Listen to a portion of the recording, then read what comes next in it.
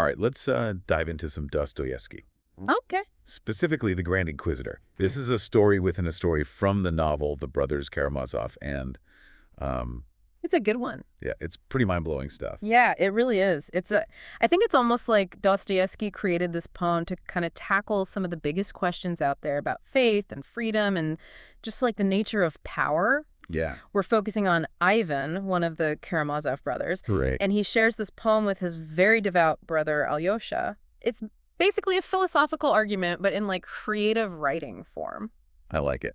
Okay, so Ivan's poem takes us all the way back to 16th century Seville Wow. during the Spanish Inquisition. Yeah. Can you imagine? Heavy. Public burnings, religious fervor just everywhere. Right. And then, boom, Christ returns. It's a powerful setting, right? I mean, Dostoevsky doesn't shy away from any of the darkness of the time. He kind of throws us right into the heart of it. And then just when things seem bleakest, Christ performs a miracle, raising a young girl from the dead. Okay, so I'm getting chills just thinking about this.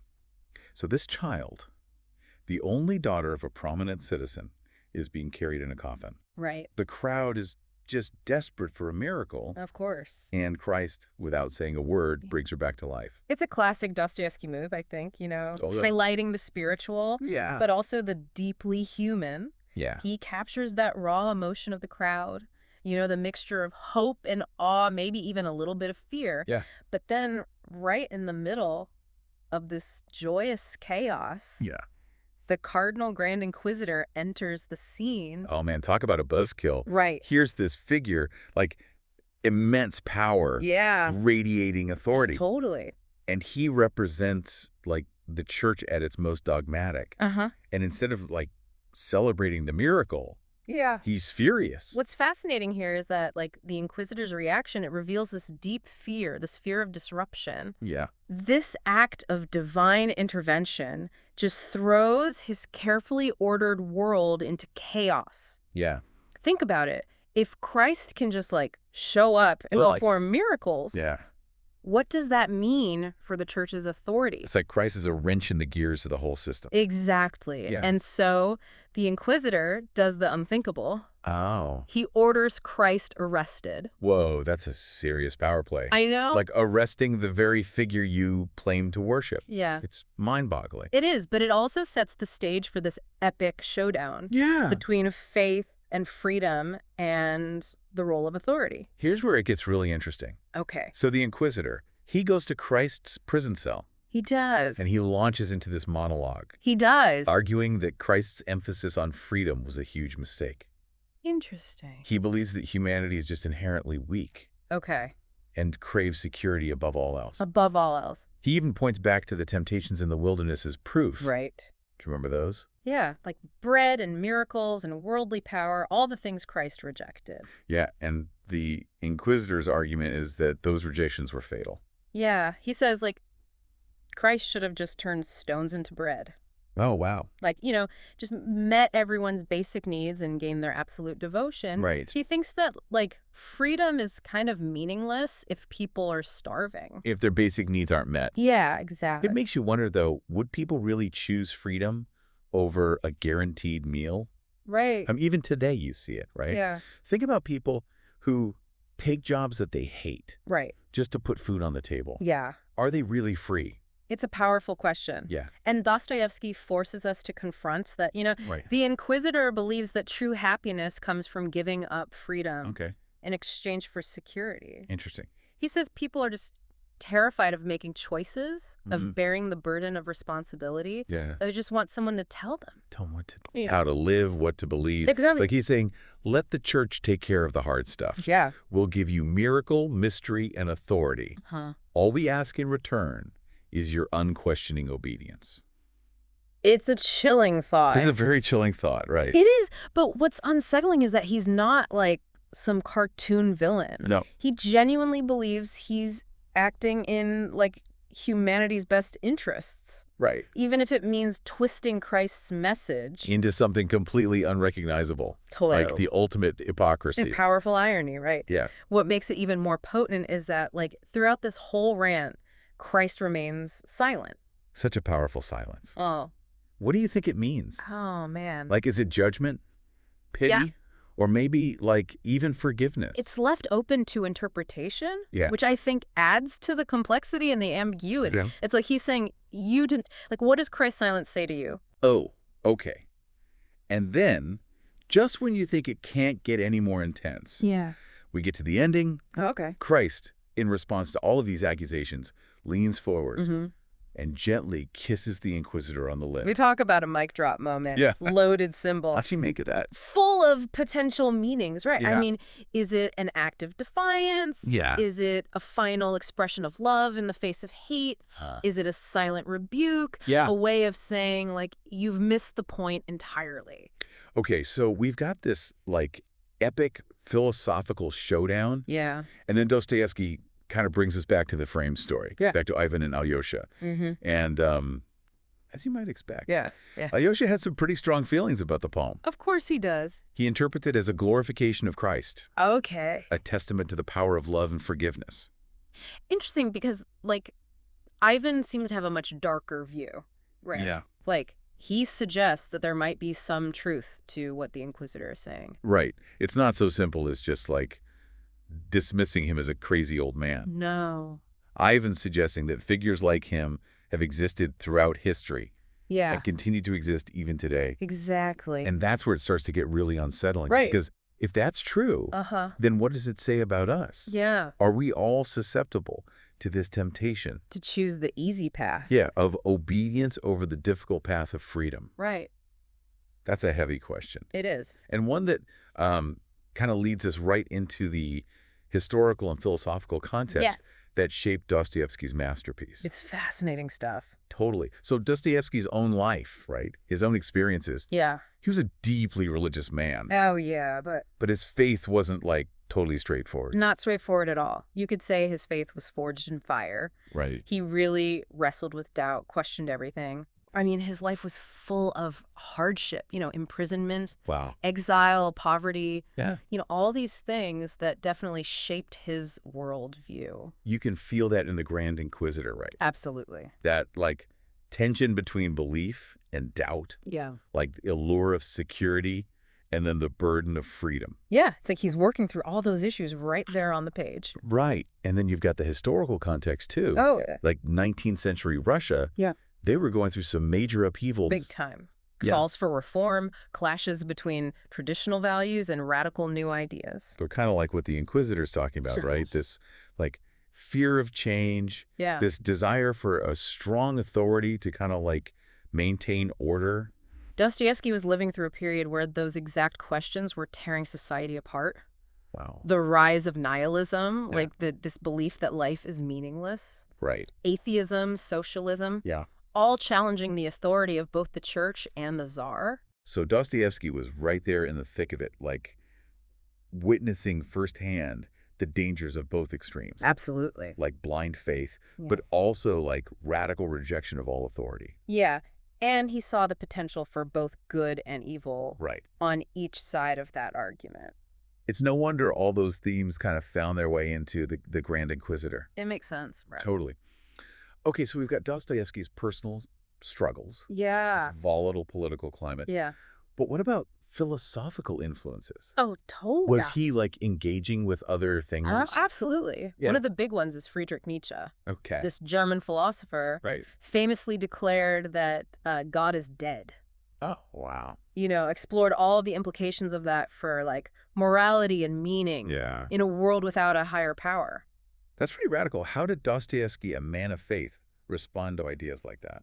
I think he was both fascinated and repelled by them. Right. He saw the problems with, like, traditional religious beliefs. The hypocrisy? Yeah, totally. Hypocrisy, the potential for oppression. Right. But he also, I think, feared the potential for, like, chaos and nihilism. Yeah. If all moral and spiritual foundations were just destroyed. So he, like, recognized the validity of some of Nietzsche's critiques. Yeah. But couldn't fully embrace a world without God. Right. He saw the dangers of blind faith, but also the dangers of, like, a complete rejection of faith. So it's like this middle ground. Yeah, totally. Balance. And you can see that tension playing out in the Grand Inquisitor. Yeah.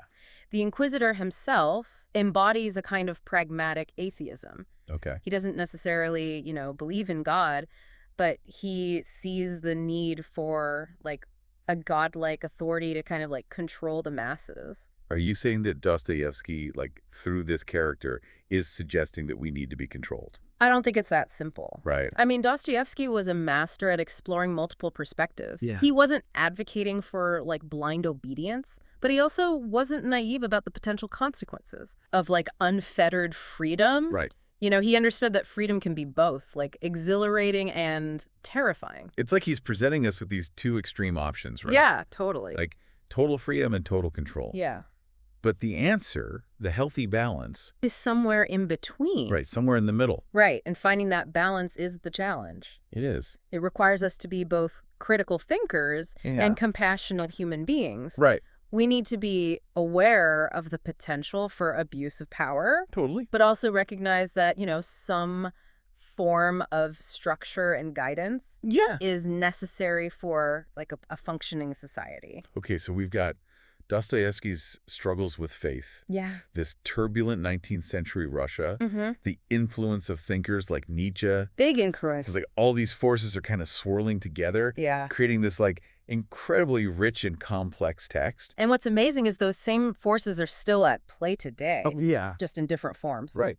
That tension between individual liberty and collective security, Right. the allure of easy answers Yeah. versus, like, the messy reality of making hard choices. Right. These are themes that resonate across time Yeah. and cultures. It's almost like Dostoevsky predicted the future. Kinda. Like, Yeah. he saw the ideological battles that we're still fighting today. He did. The rise of these ideologies that offer, like, certainty Yeah. and control in a world that just feels increasingly complex and unpredictable. Totally. So how do we resist this, like, temptation Right. to surrender our freedom for that false sense of security? That's tough. What can we learn from the Grand Inquisitor that can, like, help us navigate these challenges today?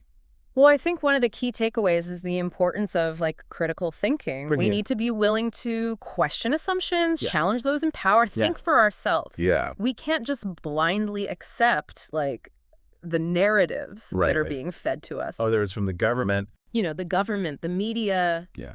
our own social circles. Right.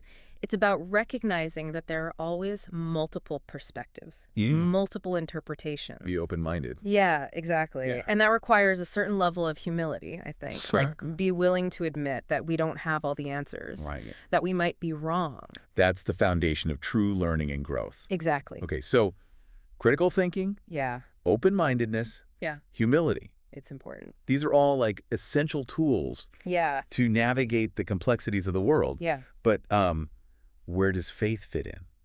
That's a great question. Yeah. It's one that Dostoyevsky grappled with his whole life. Right. He saw the potential for both good and evil in religion. Right. He recognized that faith can be a source of comfort and inspiration, Yeah. but also can be used to justify oppression and violence. So it's not about just blindly accepting, like, dogma. No, not at all. Right, but about finding a way to connect with something larger than ourselves. Yeah, I like that. Whether it's through traditional religion or spirituality or even, like, you know, a deep appreciation for art and nature. Right. Yeah. It's about cultivating a sense of wonder and awe, Yeah. recognizing that there are mysteries in life that we might never fully understand. Right. And that's okay. And that's okay. That's what makes life fascinating. Absolutely. Okay, so we've got historical context, Dostoevsky's personal struggles, Yeah. the influence of thinkers like Nietzsche. Yeah. But there's one more layer I think we got to explore. Okay. Symbolism. Oh, yeah. Dostoevsky was a master at using imagery and allegory Right. to convey, like, complex ideas. He was, and understanding that symbolism can really unlock deeper levels of meaning. Totally. Yeah. So let's take a look at some of those key symbols and how they kind of add depth and richness to the narrative. Okay, so we're Yeah. going to dive into the symbolism in the Grand Inquisitor.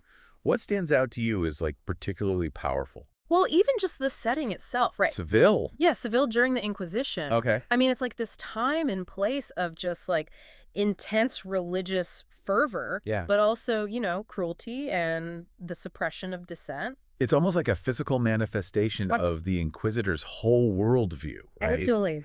This world where conformity is enforced through, like, fear and violence. Absolutely. And then you have Christ, right? Right. Returning to this, like, oppressive environment, this figure of pure love and compassion, entering a world that's dominated by like fear and dogma, it creates this stark contrast. It really highlights that core conflict of the story. Okay, what about the characters themselves? Are they symbolic too? Oh yeah, definitely. I mean, Christ obviously represents love, compassion, the power of faith.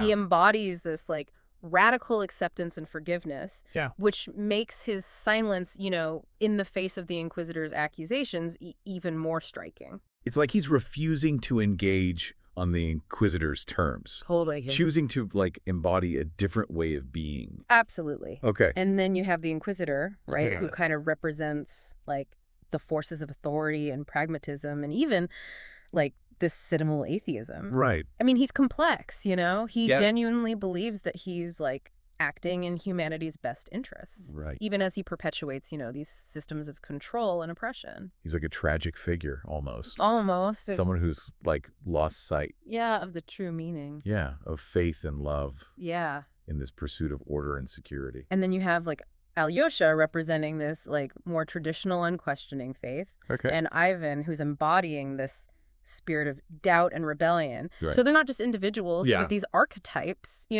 representing different ways of kind of grappling with those big questions of life. I get it. Yeah. And so the kiss at the end, that's just such a powerful image. What do you think it means? Oh, it's so ripe with symbolism. Yeah. Open to multiple interpretations.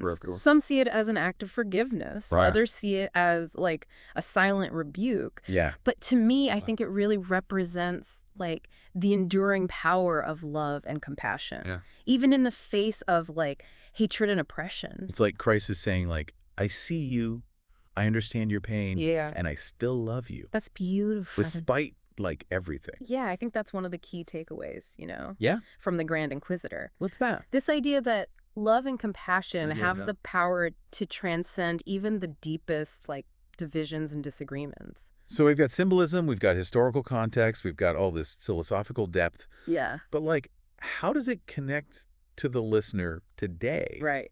Why should we care about a story written, like, over a century ago? I think, because the themes Dostoyevsky's exploring are so timeless and universal. Right. That tension between freedom and security. Yeah. The allure of, like, the easy answers. Right. The struggle to find, like, meaning and purpose. Right. In a world that can often feel very chaotic and absurd. It's like he was tapping into something fundamental. I think so. About the human condition. Yeah. And it's even more remarkable how relevant it is today. Like, we're living in this time of unprecedented technological advancement. Yeah. Information's constantly bombarding us. Right. It's easy to just feel, like, overwhelmed and disoriented. We're surrounded by, like, our own digital inquisitors, right? Yes. Algorithms that are, like, curating our news feeds, filtering our search results. Totally. Shaping our perceptions of the world. It's true.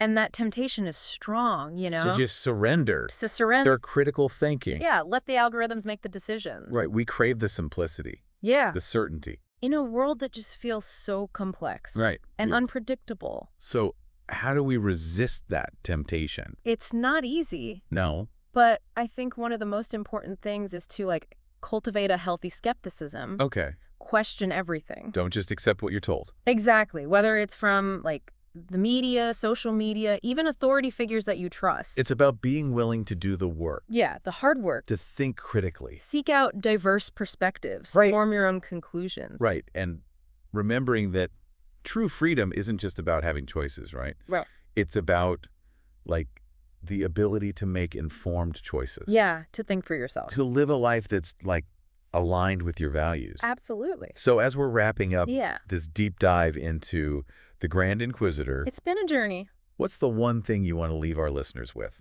I think it comes down to that battle between, like, freedom and security. It's not just some abstract philosophical debate. It's a battle that's, like, being fought within each of us every single day. Okay. And the choices we make, big and small, are going to determine what kind of world we create. Powerful stuff. Yeah. So what can our listeners do right now to kind of engage with these ideas? Well, I always encourage everyone to read The Grand Inquisitor themselves. Yeah. It's short, but it's powerful. Yeah. it'll stay with you. It will. And as you go about your day, pay attention to the choices you're making. Oh, okay. Are you choosing, like, comfort and security over, freedom and authenticity? That's a good question. Are you letting others dictate, like, your beliefs and values? Yeah. Or are you actively shaping your own worldview? Powerful questions. They are. And I think they get to the heart of what Dostoyevsky was trying to do. Yeah, make us think critically. Right. About the world and our place in it. Well, thank you so much for joining us on this deep dive into the Grand Inquisitor. It's been a pleasure. It really has. It's been an incredible conversation, and I hope our listeners found it as thought-provoking as we have. Me too. And remember, keep those questions in mind. Yes. As you go about your day, because the world needs more people who are willing to think critically, to challenge assumptions, and to fight for the freedom to live authentic and meaningful lives.